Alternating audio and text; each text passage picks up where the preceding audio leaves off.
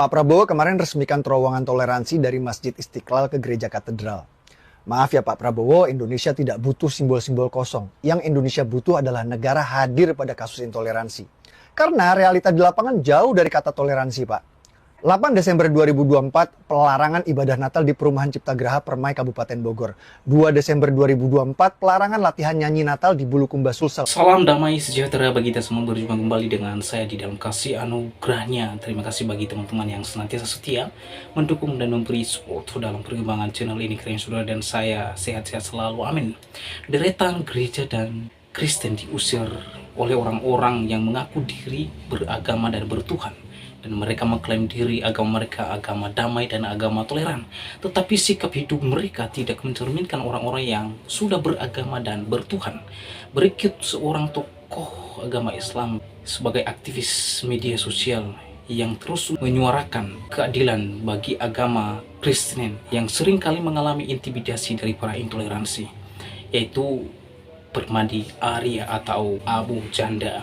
Oleh karenanya, kita akan menyimak kasus yang dipaparkan oleh Abu Janda terkait dengan pengusiran ibadah Kristen di Indonesia. Inilah dia videonya yang di tahun 2024 ini. Pak Prabowo kemarin resmikan terowongan toleransi dari Masjid Istiqlal ke Gereja Katedral. Maaf ya Pak Prabowo, Indonesia tidak butuh simbol-simbol kosong. Yang Indonesia butuh adalah negara hadir pada kasus intoleransi. Karena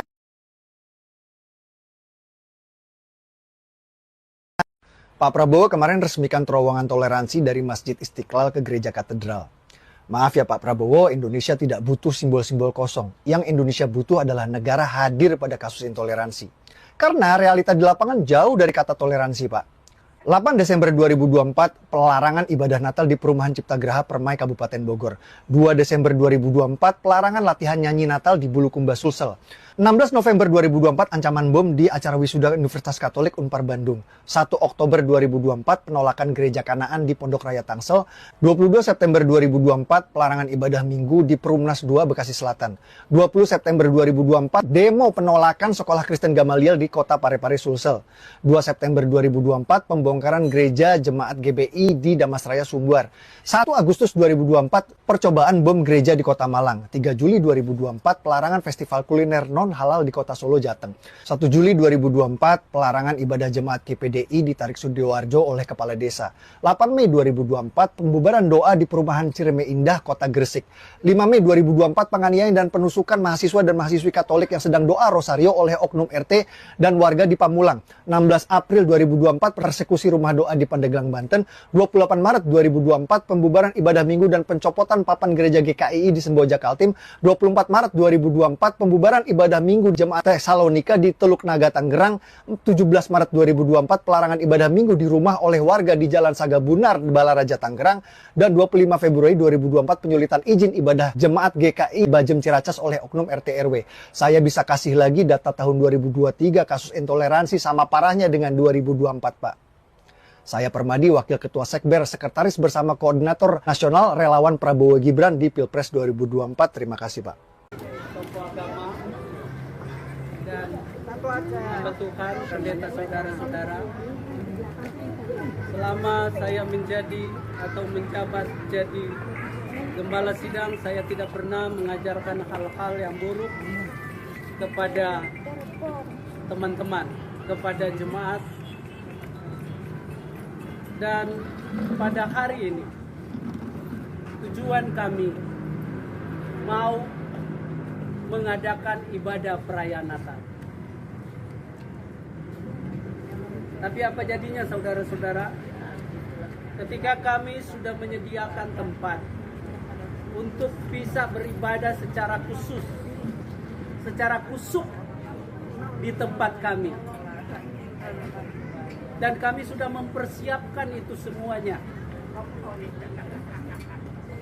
Sebagai warga negara yang baik, saya sudah menyampaikan pemberitahuan kepada RT setempat, kepada kepolisian, kepada Koramil, bahwa hari ini jam 15.00 kami akan mengadakan ibadah Natal dengan jemaat sendiri dan undangan, termasuk juga saudara-saudara yang ada. Tetapi apa jadinya saudara? Sampai saat ini kami atau jemaat yang ada tidak diberikan jalan, diberikan akses. Nah, saya sebagai hamba Tuhan mengingatkan bahwa di negara ini adalah negara yang menjunjung hak asasi manusia. Di depan hukum kita sama. Saya warga negara yang baik. Saya dedikasikan diri saya ini untuk negara. Tetapi kenapa ketika kami mau melakukan hal yang baik, kami dihalangi? Bentar Pak. Dan ini Pak RT saya yang notabene sudah saya sampaikan kami mau beribadah. Tapi senyatanya semua saudara bisa melihat orang-orang yang ada. Siapa yang menghalangi kami beribadah? Siapa yang menghalangi kami melakukan hal-hal yang baik untuk keselamatan jiwa kami? Malahan saya katakan, saya pastikan, saya selalu mendoakan lingkungan ini, Cipta Geraha Permai, Emerald City, bahkan juga seluruh Tegar Beriman yang ada. Tetapi apa jadinya? Doa-doa kita tidak pernah didengar. Kalaupun saat ini saya bisa berkata kepada saudara, ini adalah pertaruhan dari keselamatan kita. Amin. Tidak ada yang menghalangi kita untuk beribadah. Amin. Tidak ada yang Haleluya. menghalangi kita untuk mencapai suatu hal yang baik. Haleluya. Apalagi kemarin Dalam nama Tuhan. kita sudah melewati tahap-tahap pemilu. Pak Prabowo jamin Ya. kita dapat beribadah dengan baik. Ya, amin. Kita dapat melakukan hak-hak warga negara yang baik. Kalau yang lain mempunyai hak yang sama, begitu juga kami diberikan hak yang sama. Yes, in the name of Jesus. Saya tidak pernah mendiskriminasikan yang lain. Yeah. Tetapi kenapa saya sekarang didiskriminasi? Udah Pak Pendeta. Udah. Ya, Nanti bicarakan lagi. Mantu saya mau. Shalom, selamat malam. Selamat malam Pak, selamat malam. Ya, selamat malam Pak. Saya dengan Pendeta David Herson. Ya, ya. Ya, Pak David. saya kebetulan dapat video bahwa terjadi pelarangan tempat ibadah yang ada di Bogor di tempatnya Bapak. Betul. Nah, tadi saya sudah laporkan, saya kirim juga Pak videonya tadi ke tim, ke stafnya Mas Wapres. Oh, Ya. nyampe ke Mas Wapres. Betul. Saya juga tadi kirim ke timnya Pak Prabowo juga. Nah, kondisi sekarang bagaimana Pak? Untuk kondisi sekarang sekitarnya aman. Ya, puji Tuhan, puji Tuhan. Ya, tapi kan kita nggak tahu hari Minggu, tetapi hari Minggu saya sudah sampaikan kepada jemaat dan semuanya kita tetap ibadah. Ya.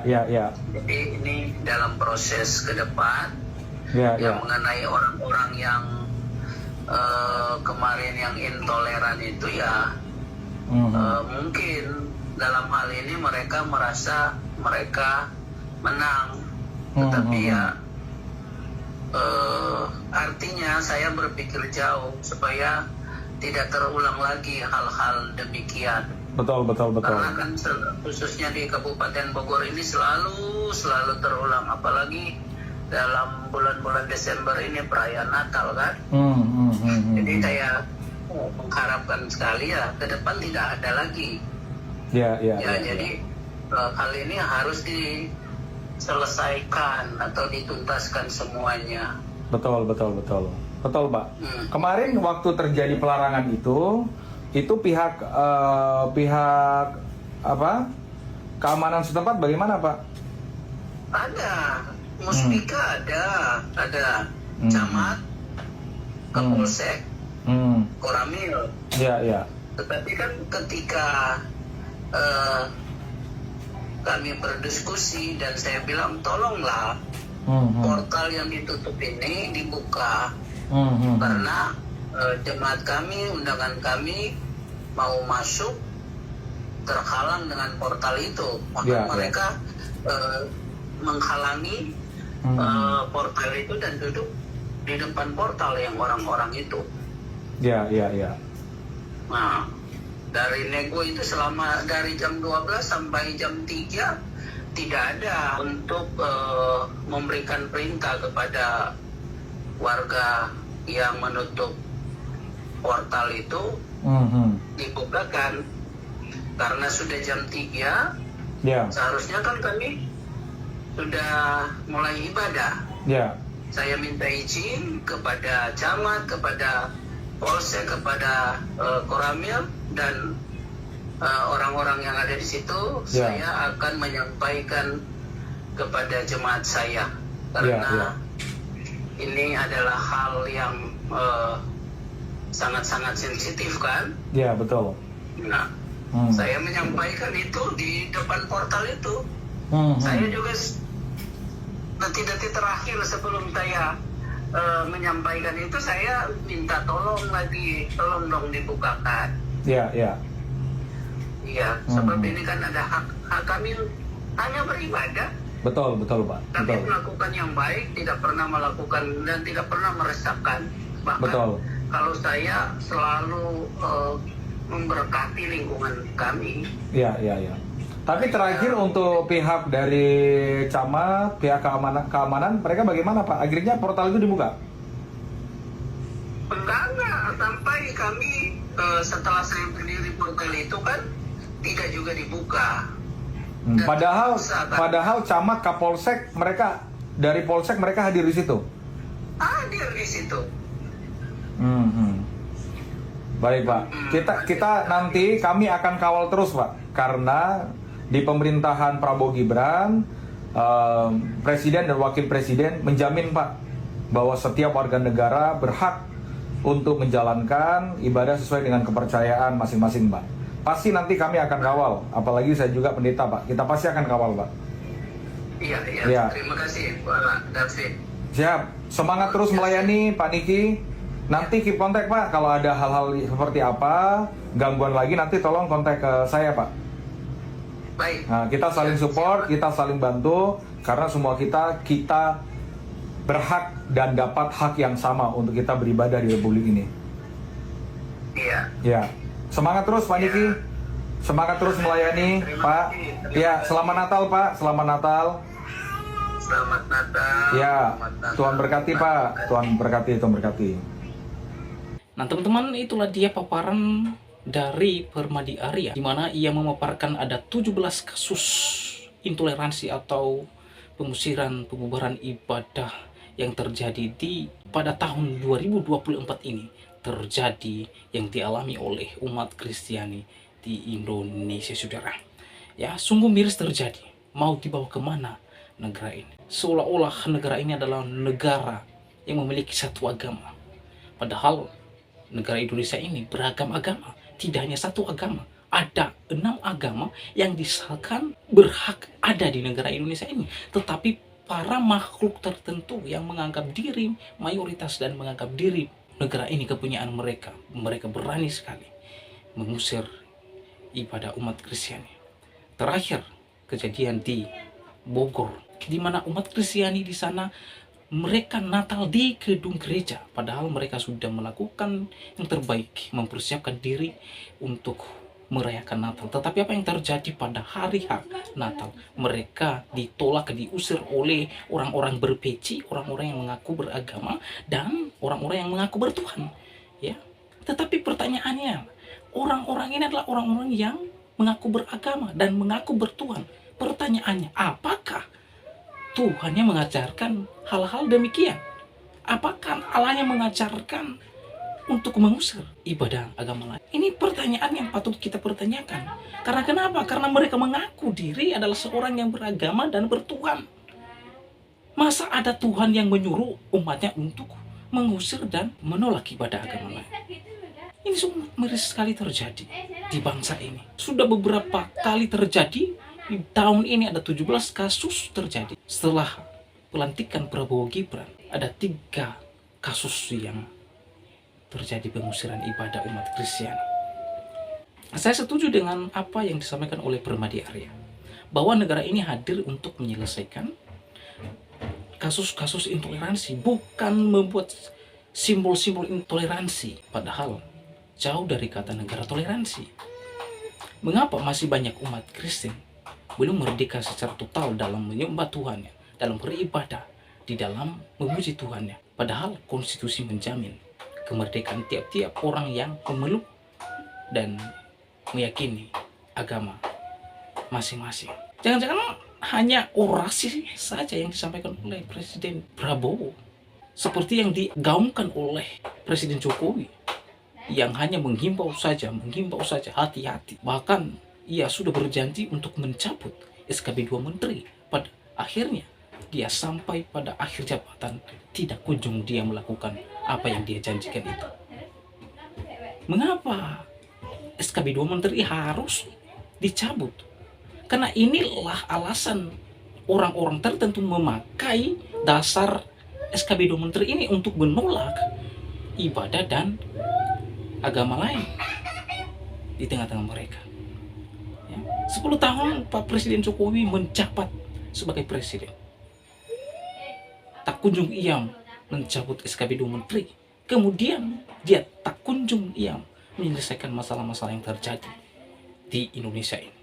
Di dalam pemerintahan Pak Presiden Jokowi tidak menjadi fokus dan perhatian utama terkait dengan pengusiran dan pembubaran ibadah umat Kristen di Indonesia. Tidak menjadi pusat atau fokus atau perhatiannya sendiri di dalam kepemimpinan, sehingga terjadi di mana-mana dan semakin hari semakin merajalela. Dan ini sangat miris sekali terjadi.